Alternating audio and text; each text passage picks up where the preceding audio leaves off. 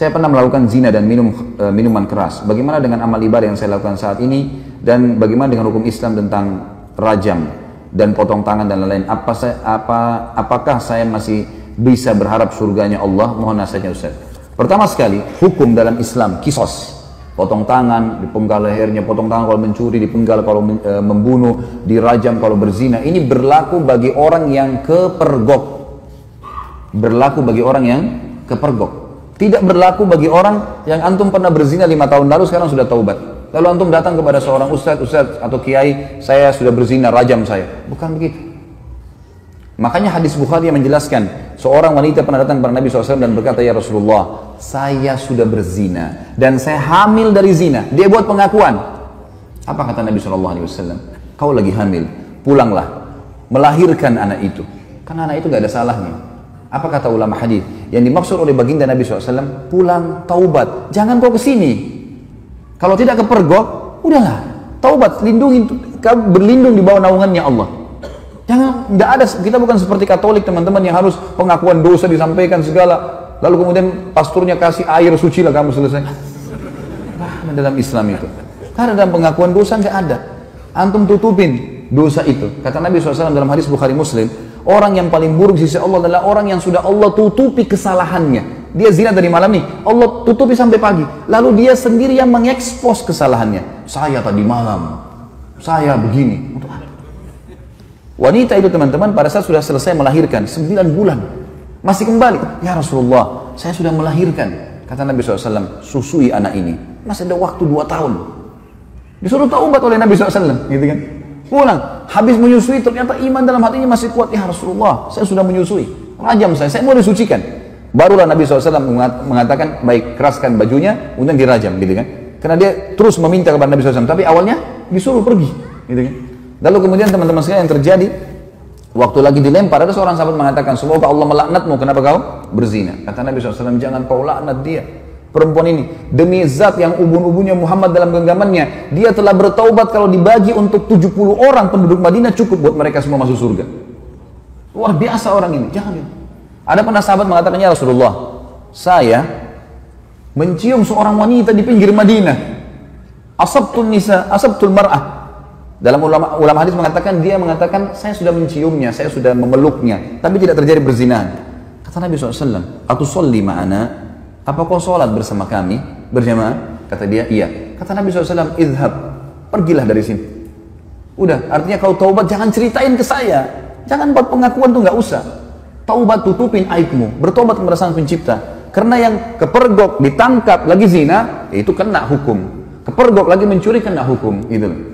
Pernah ada sahabat datang mengatakan, ya Rasulullah, saya berzina. Dalam hadis Bukhari semua ini.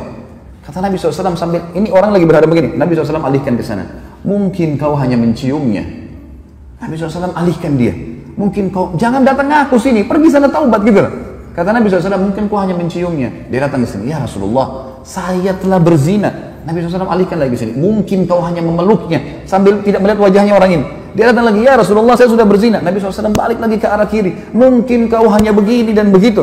Dia datang, ya Rasulullah saya meletakkan kemaluan saya di kemaluannya, saya sudah berzina, rajam saya.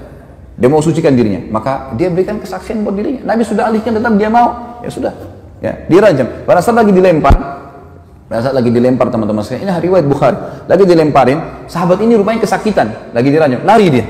Ada satu sahabat kejar, diamtam pakai batu. Mati. Karena dipukul pakai batu, dikejar kan? Kata Nabi SAW, halla taraktumu fayatubu yatubullahu alaih. Tidakkah kalian biarkan aja dia pergi? Semoga saja dia taubat dan Allah terima taubatnya. Karena ini shock terapi sebenarnya kan? Supaya dia tidak ulangi. Dalam Islam tidak ada teman-teman begitu orang buat mengaku penggal lehernya, ngaku potong tangannya. Bukan itu. Ini memang Allah mengatakan, a'udzubillahi walakum fil qisasi hayatun ya ulil albab. Dalam qisas itu ada kemakmuran hidup bagi orang-orang yang berakal, dan ini bagi orang yang seperti saya jelaskan tadi teman-teman yang kepergok. Kalau orang sudah taubat, antum melakukan dosa sudah taubat, sudah antara antum dengan Allah, jangan ceritakan. Dan ulama masuk dalam bab masalah menikah, tidak dibenarkan seorang laki-laki bertanya pada istrinya atau istri bertanya pada suaminya, sebelum nikah kau pernah berzina nggak? Ini nggak boleh ditanyain dan tidak boleh dijawab. Yang ditanya nggak boleh jawab. Untuk apa? Baik kalau dia bilang, iya saya pernah zina. Hah? Gimana? Untuk apa nanya? Sekarang depan mata saya, ini istri saya, ini suami saya, selesai. Yang saya tahu zahirnya adalah orang yang baik, itu hukum kita. Jangan korek-korek yang kita tidak tahu, nggak usah. Nggak perlu. Nggak usah periksa-periksa HP, ngambil tugasnya malaikat. Lah iya, Allah titip malaikat kiri kanan nggak? Yakin nggak dengan itu? Apa fungsinya? Kiraman katibin, kata Allah. Tugasnya nulis, ngontrol suami kita di mana, istri kita di mana, dia yang nulis. Dan tidak ada yang luput dari penglihatan Allah SWT. Tidak ada dosa yang luput. Jangan repot-repot kita yang sibuk, hubungi siapa, bicara sama siapa, habis umur untuk itu. Saya bilang sama istri saya nggak akan periksa HP-mu. Urusan kamu dengan Allah. Saya cuma ingatkan, tapi sesuatu yang salah depan mata saya luruskan. Dan saya tentram hidup dengan cara seperti itu. Gitu kan? Gak usah repot-repot, ada urusan sama Allah, kita selalu ingatkan kepada Allah SWT. Ini gak usah repot-repot, ini sekretaris dua ini luar biasa, gak tidur, gak capek. Ma yalfidhu min qaulin, kata Allah, tidak ada satu kalimat yang terlewat illa ladaihi raqibun, kecuali dirakib, dikontrol, diawasi, dicatat semua. Jadi nggak ada sesuatu yang membuat harusnya kita melampaui batas, teman-teman sekalian. Jadi seperti itulah hukum syar'i, ya. Dan yang menjatuhkan vonis hukuman qisas hanya pemerintah setempat. Saya tutup teman-teman sekalian dengan perkataan saya. Banyak orang-orang sekarang yang sering memvonis banyaknya, oh kalau hukum qisas tidak ada, pemerintah tidak terapkan, berarti masalah togut. Togut ini berarti yang disembah selain Allah.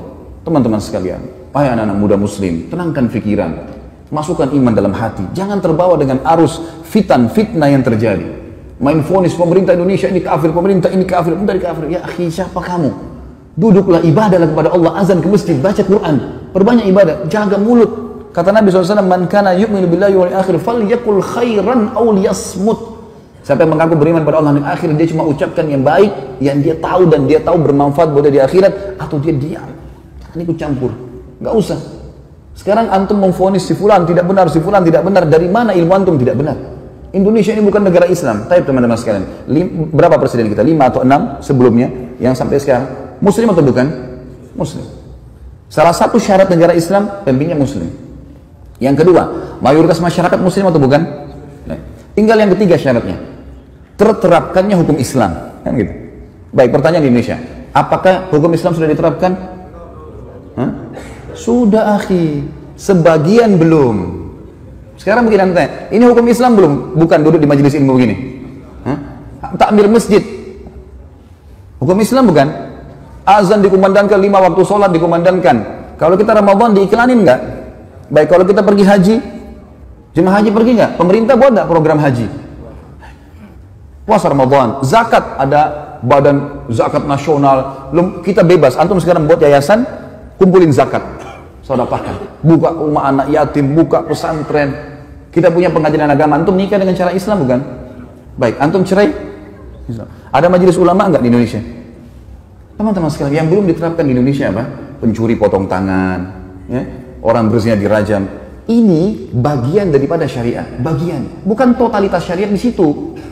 Harus kita tenangkan pikiran dan hati kita, teman-teman. Jangan terbawa cuma emosional dan ilmunya kurang, akhirnya kemana-mana nih, gitu kan? Ban mobil kita kalau bannya lagi kempes, tambah angin saja, jalan. Kita enggak, kempes, buang semua mobilnya. Lah iya, langsung main vonis. Teman-teman, manusia semua bisa berbuat salah, punya kekurangan, gitu kan? Tetapi kita mendoakan. Yang saya lihat adalah kita di Saudi misal contoh ya, saya karena pernah tinggal di sana, saya melihat di setiap mimbar hari Jumat, semua khatibnya pasti mendoakan agar pemimpin mereka dapat hidayah. Bayangkan kalau kita punya, saya dapat data teman-teman di Jakarta Selatan saja, kita punya 2.200 masjid dan musola. 2.200 masjid dan musola. Ini mungkin sejumlah dengan masjid di negara-negara muslim yang lain yang kecil. Ini baru Jakarta Selatan, kita punya 5 wilayah Jakarta. Ada pusat, ada barat, ada utara, ada timur, ada selatan. Ini kalau 2.000 aja setiap wilayah, kita punya 10.000 masjid.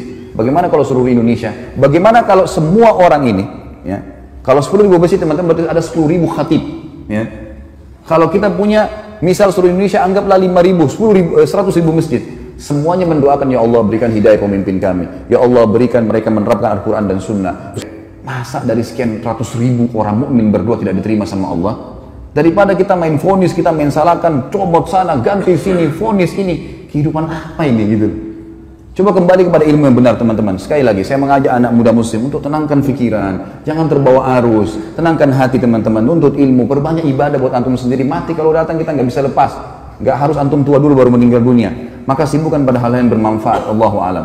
Ini tentu saja saya tutup teman-teman sekalian dengan kalimat saya bukan menggurui, saya tidak pernah menyebutkan nama orang, alhamdulillah di majelis saya tidak mau memvonis siapapun salah, tapi kita kembali kepada wahyu Allah subhanahu wa ta'ala sesuai dengan pemahaman para sahabat. Ini adalah hal yang paling tepat. Coba antum kembalikan kepada ini, maka hati kita akan tenang. Oh ternyata Ibnu Abbas, oh ternyata si fulan, oh ternyata si fulan. Ini yang insya Allah kan sudah cukup buat kita. Allahu a'lam. Mohon dimaafkan kalau ada salah tentunya, dan juga kalau ada benar pasti dari Allah. Kita berdoa kepada Allah Sang Pencipta agar seluruh amal yang pernah kita kerjakan diterima olehnya dengan kemahamurahannya, dan semoga saja semua dosa yang pernah kita kerjakan dimaafkan dan diganti pahala. Juga sisa umur kita semoga diberkahi di harta, di keluarga, di umur, dan juga pekerjaan, serta puncaknya kita diberikan oleh Allah Sang Pencipta masuk surga tanpa hisab. Dan tentu kita berharap ya Allah surga Firdaus-Mu yang maha luas dan juga yang maha sempurna. Ya Allah, kami mohon kepadamu agar Engkau menolong saudara-saudara kami di Palestina, di Syria, di Yaman, di Irak, di Myanmar, dimanapun mereka berada yang sedang tertindas. Ikhlaskan niat mereka, terima para syuhada mereka, muliakan Islam di tangan mereka dan tangan kami semua, serta partisipasikan kami bersama mereka di pahala baik dengan doa, dengan harta, juga dengan jiwa kami. Dan semoga dengan kemahamurahan-Mu ya Allah, yang kami yakin Engkau sedang melihat kami sekarang,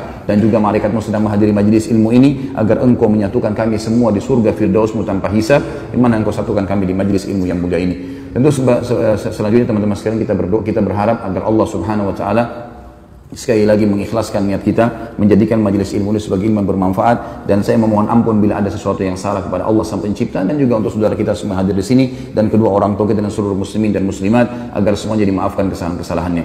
Subhanakallahumma wa bihamdika asyhadu an la ilaha illallah astaghfirullah wa atubu ilaik. Wassalamualaikum warahmatullahi wabarakatuh.